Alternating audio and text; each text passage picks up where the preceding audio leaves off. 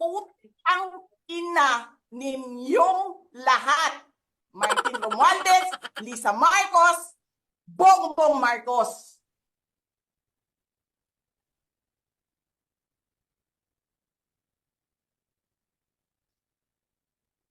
Ginigit-git nyo yung mga tao ko dyan sa envelope na yan.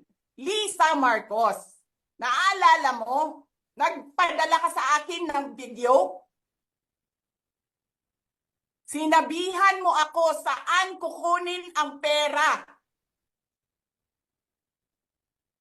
Pinakita mo ang muka ng tao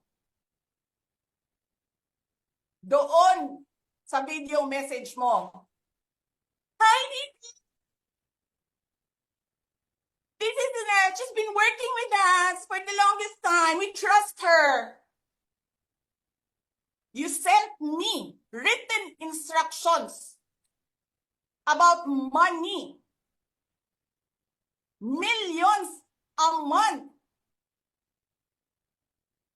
Anong nakalagay doon sa envelope? DepEd. Anong ginawa ko? Binigay ko sa DepEd. Utak na mukha.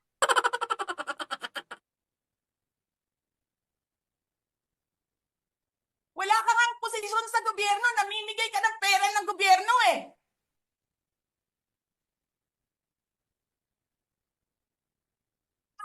Sisirain mo yung tangal ng mga kasama ko sa office of the Vice President.